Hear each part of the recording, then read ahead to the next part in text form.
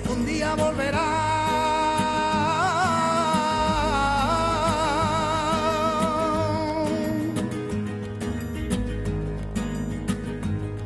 Triste pena, ya déjalo ya.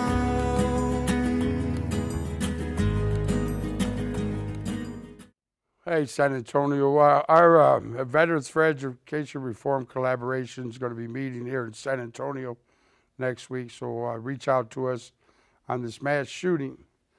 I want to take a moment of silence because we had another mass shooting today, so let me just, please.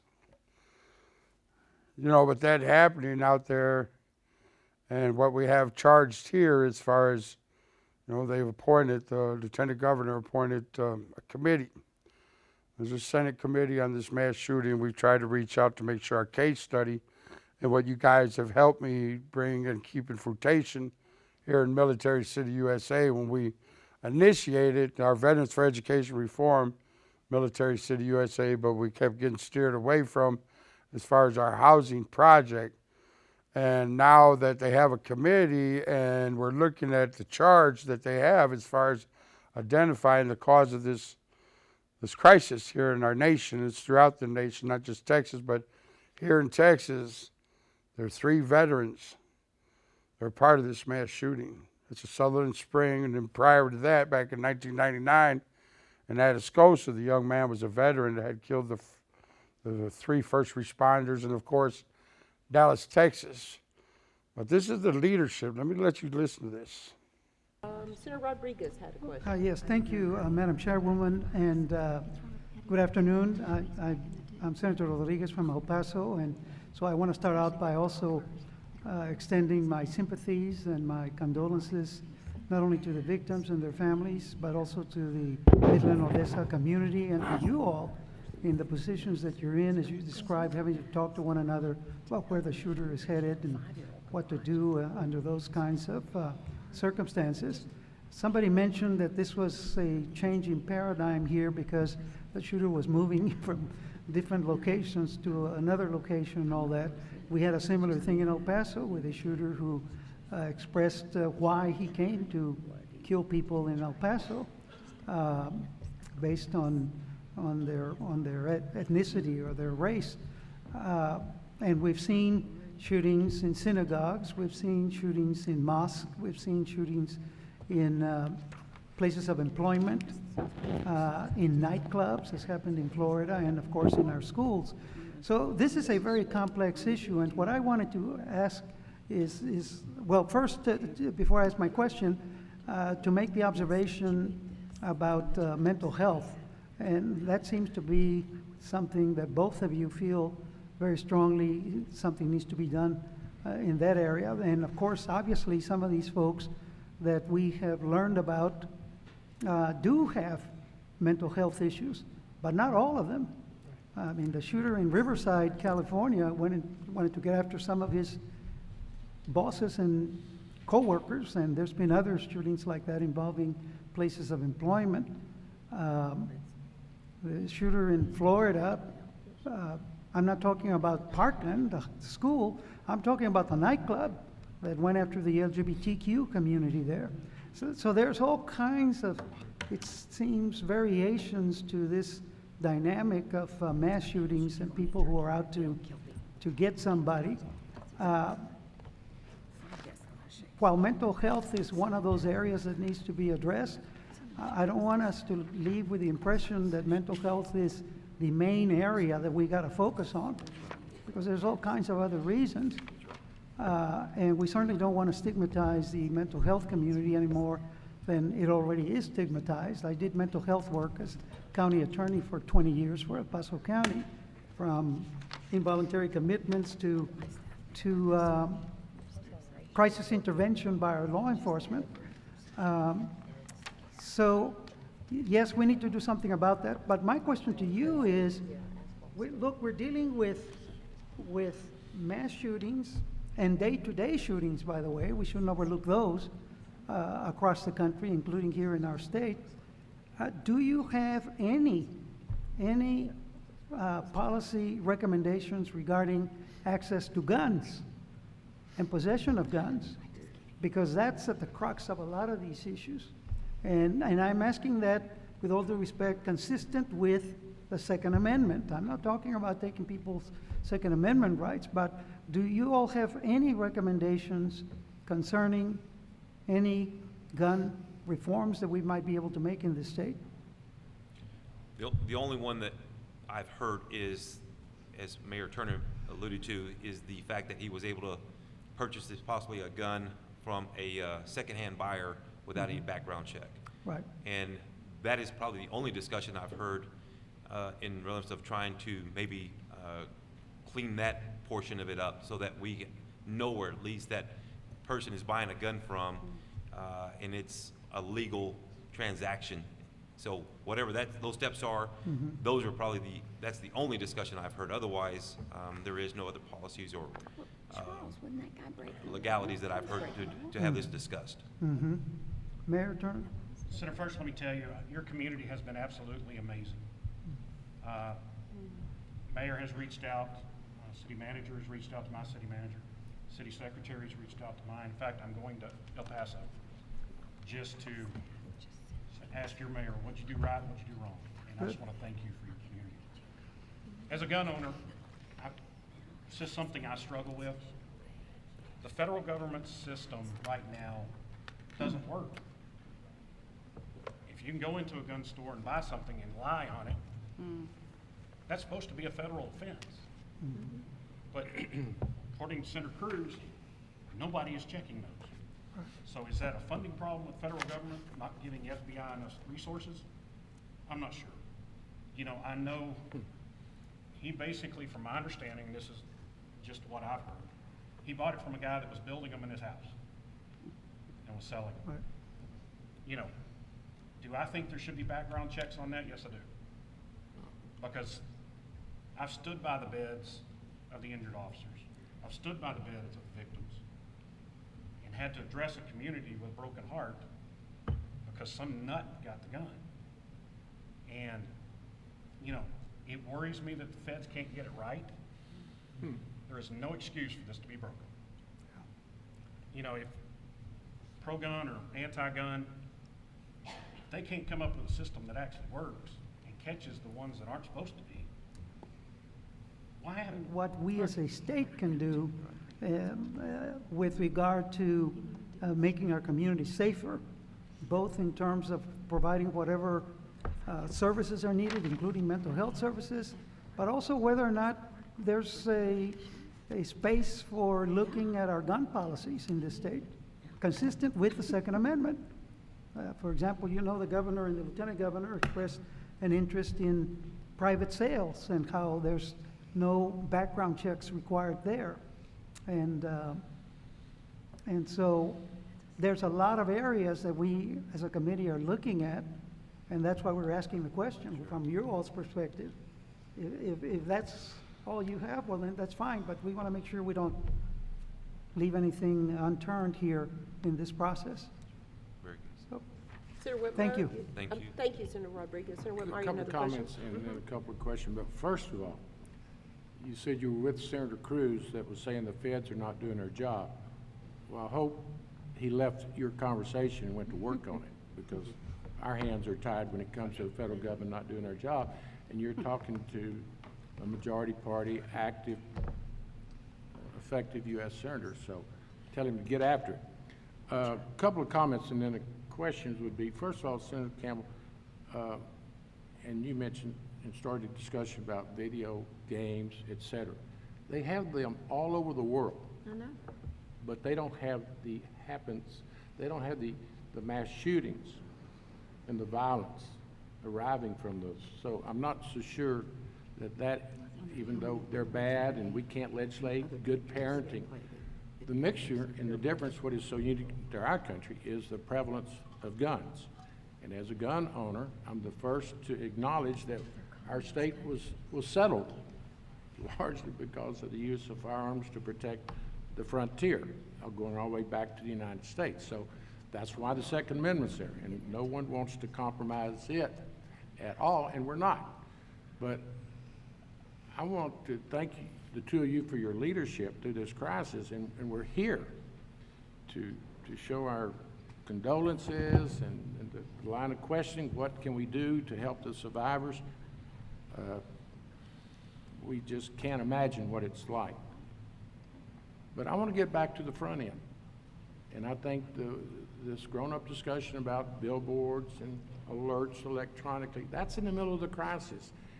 And the training of the theater managers, you know, he was in a panic mode, so I'm not going to hold him accountable. I do know for a fact, unfortunately, that down in our elementary schools, we're actually having active shooter drills, which is a sad commentary, but that's the world we find ourselves in.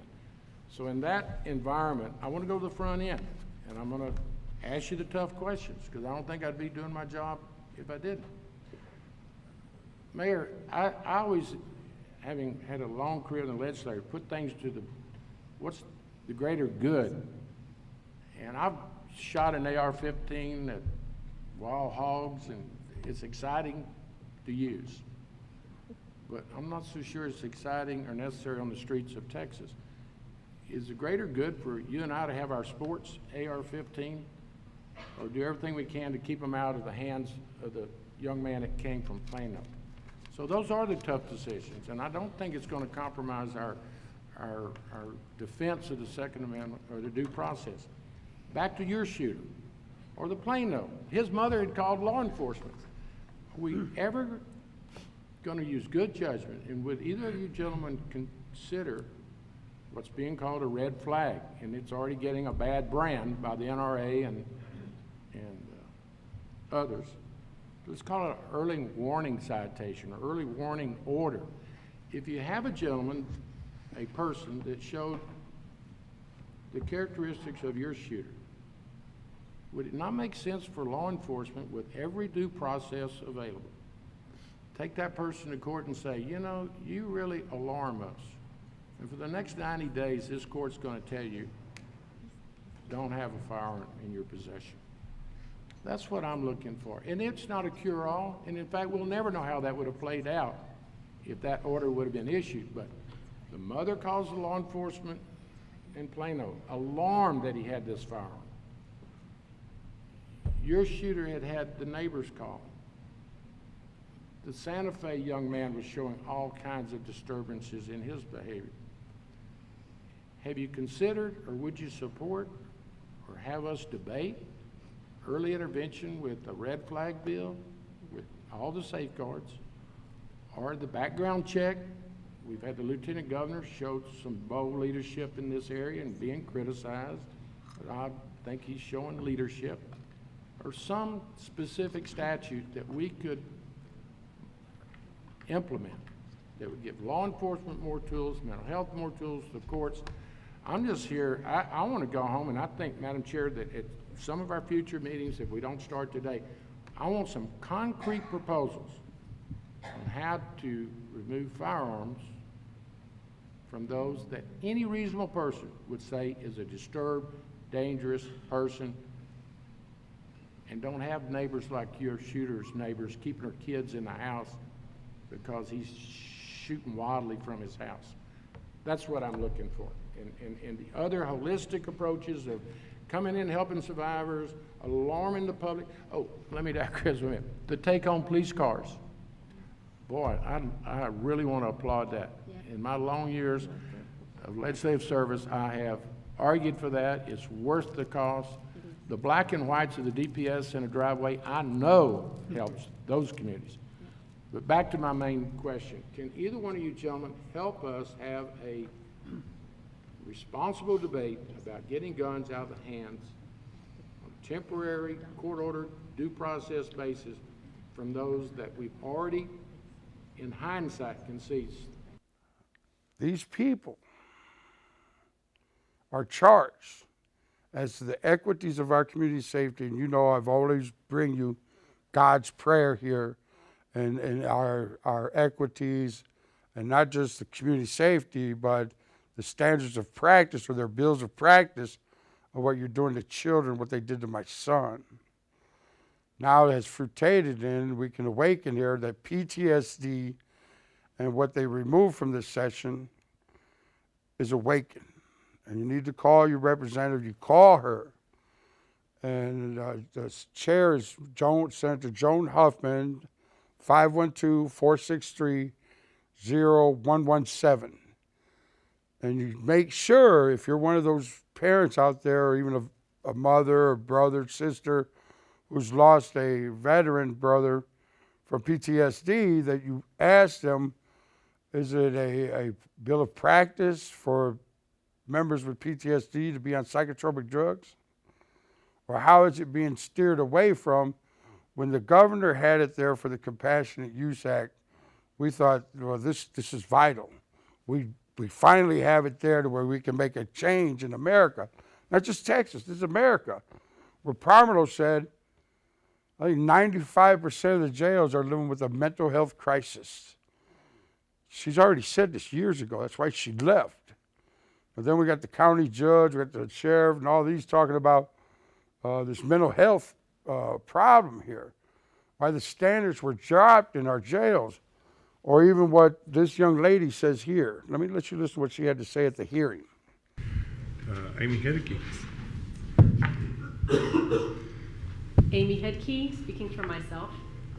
You know, it's kind of hard to keep up with what the government deems to be extreme risk indicators and other threat indicators, especially when it comes to monitoring those who are politically active.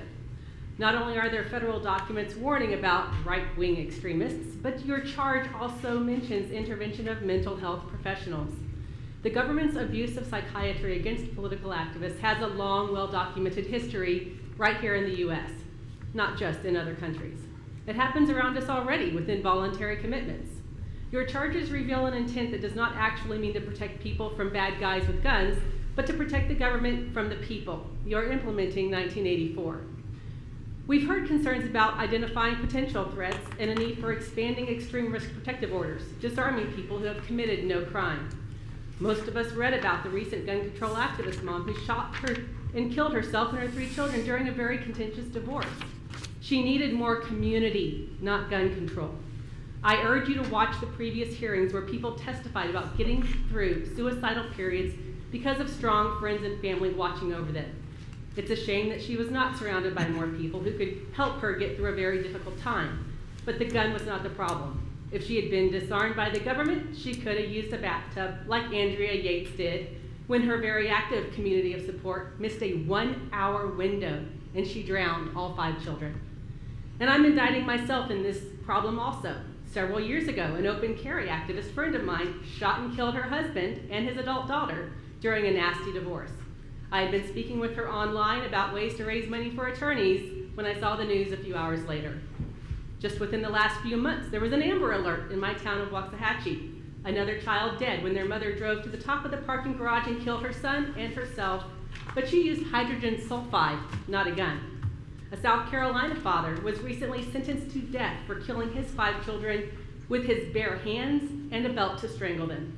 Gun control is not the answer. We need an increase in community, not an increase of control. You don't need see something, say something. You need see something, do something, and don't drag the government into it. If the man who called the police to check on his neighbor in Fort Worth had built enough of a relationship to just go over and knock on her door, she might be alive instead of shot dead by the police. We all need to be more active in our immediate communities. Prevention, prevention, prevention. You heard the guy. The Crime Prevention Research Center, that's crimeresearch.org, has a ton of data on their site, tracking all these shootings and the multiple variables involved. The largest common denominator, 92 to 98% of all mass shootings happen in your government gun-free zones. Y'all have painted targets on your constituents and disarmed them like fish in a barrel. You want a proactive way to help stop mass shootings? If the Texas legislature called a special session and passed constitutional carry, you'd have a pretty solid chance of reducing mass shootings by over 90% immediately. Eliminate the other gun-free zones to knock that percentage even higher. Constitutional carry is the deterrent to crime. Criminals think twice about committing a crime when they might end up dead immediately. And Jeffrey Epstein didn't kill himself. She told you the God's truth. This is something that's not just happening to indigent single-parent Mexican mothers on the west side of San Antonio. That was identified in the report by the Council of State Governments when I ran for senator. They're pushing me to where I'm going to run again. You know, but I don't really want to be a part of what are they doing up there? This is worse than the White House and what Trump's draining the swamp for. They're doing this, and this is the good part about it. You just heard what they said. There was those bills of practice. And we called these people. We called the House. We called the. How is it that we're paying our dollars for you to do this to kids, let alone not helping veterans? It was there. It was there. They had it in the bill, PTSD, with the Governor's Compassionate Use Act. Call the governor. Forget all of them because they're the ones that are violating the governor's oath here. He said it's the duty of all Texans, and this is his statement, to protect Texas children from abuse and neglect, especially under the care umbrella of the state of Texas. You call the governor, you ask how are these people not acknowledging the Compassionate Use Act that's needed. It's needed. We don't need to create new courts. I mean, this is their process. Let me let you look at this. The Bexar County Jail overcrowded. The Justice Center courtrooms always packed. The criminal justice system here feeling some serious growing pains. Paul Venema with a look at the problem and a solution that's on the way. Drop into any courtroom here at the Justice Center, and this is what you'll see.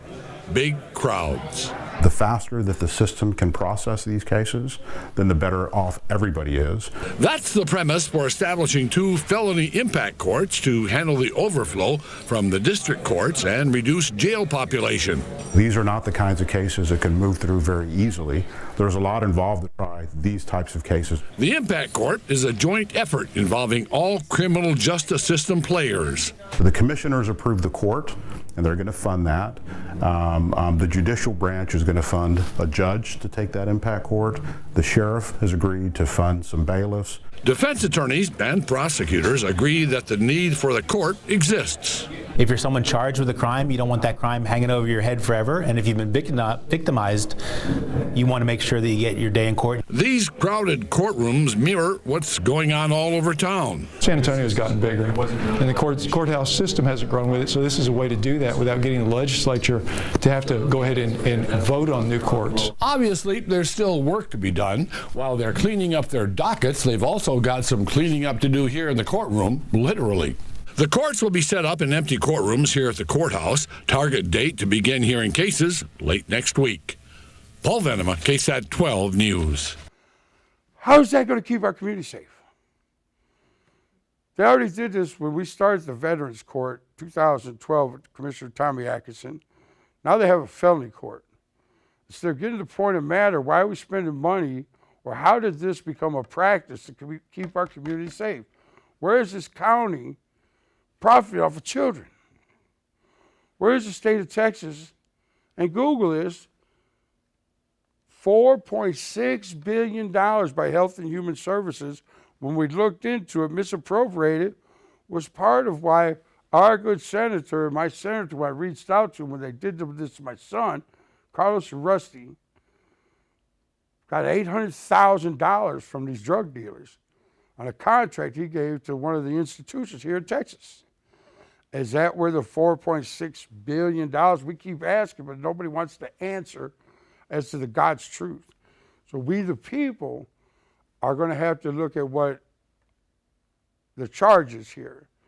The governor has asked, and this is vital, that this mass shooting committee look at as to the cause. 50% of those men are veterans. They're my brothers. And them being put on these psychotropic drugs is going to fruitate to the front of this matter. But I'm going to need your help. So please call the governor and please send your prayers to this mass shooting committee. That's the Senate representative number. But this is what's happening here in our city, Military City, USA, even here in our jail. After nearly a year of being out of compliance with state jail standards, the sheriff today confirmed the Bexar County Jail is back in good standing. But questions surround the relationship between the newest jail chief and the agency that sets jail standards in Texas. Eyewitness News reporter Mariah Medina has more from the sheriff and the executive director of the agency, who both say there is no conflict. After failing its annual inspection for the first time in years in February, the Bexar County Jail is back in compliance. The Texas Commission on Jail Standards verbally notifying the sheriff that it passed this morning. The news comes days after Sheriff Javier Salazar recruited and appointed a new jail chief, Jaime Rios. He's what I would consider an expert in jail standards, jail policy. Rios, who formerly oversaw the jail in Maverick County, also travels the state, teaching classes for the agency that oversees jail standards, along with the Texas Jail Association and Correctional Management Institute of Texas. Those classes are often taught alongside Jennifer Shoemake, the individual who recently inspected the jail. Our lead inspector, Jennifer Shoemake, she's very, very good at what she does, and she makes these suggestions to us, and we do look at them every time that she makes one. In fact, Rios was captured teaching a class alongside Shoemake as recently as September. But despite the seemingly close working relationship between the pair, Sheriff Salazar says it poses no conflict. As a matter of fact, that's how we met. He was teaching a class with TCJS. He'll be teaching a class with them next week, if I'm not mistaken. Eyewitness Wants to Know asked Rios for his take. The sheriff shut that down. I'm able to answer that for him. Thank you. We talked with Brandon Wood, the executive director of the Texas Commission on Jail Standards, who echoed Salazar, saying it's common practice for inspectors to conduct compliance reviews at jails where they have close working relationships with the jail's leaders. It is not a conflict of interest. We partner with Texas Jail Association and their members to provide training to counties all across the state all of the time. And the level of professionalism that is demonstrated by our inspection staff speaks for itself. Wood said the only instance in which inspectors must recuse themselves is if they previously worked at the jail. He added that they've never dealt with any allegations of impropriety stemming from trainer and inspector relationships. Mariah Medina, KENS 5 Eyewitness News. How do you drop the standards? And you can call the sheriff or you can call the county judge and just ask, is this mental health problem or why these people are killing themselves in the jail? Because their minds are being chemically altered with psychotropic drugs? Is this being done in a for-profit process in our city, our state, or even in our nation?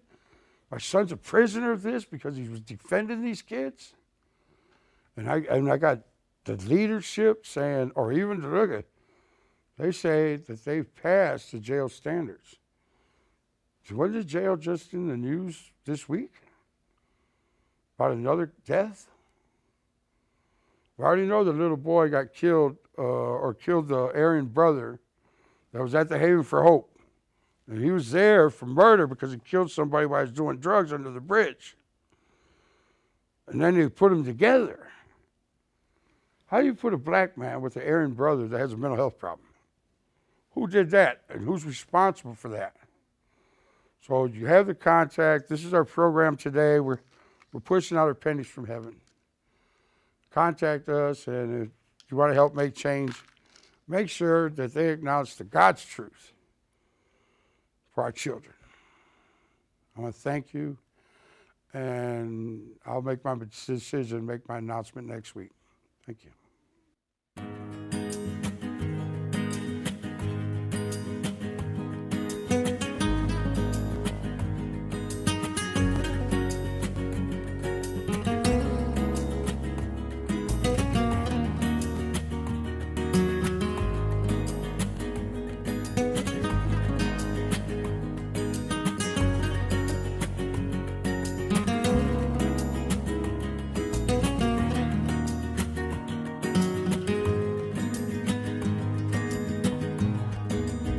Yo sé que un día volverá.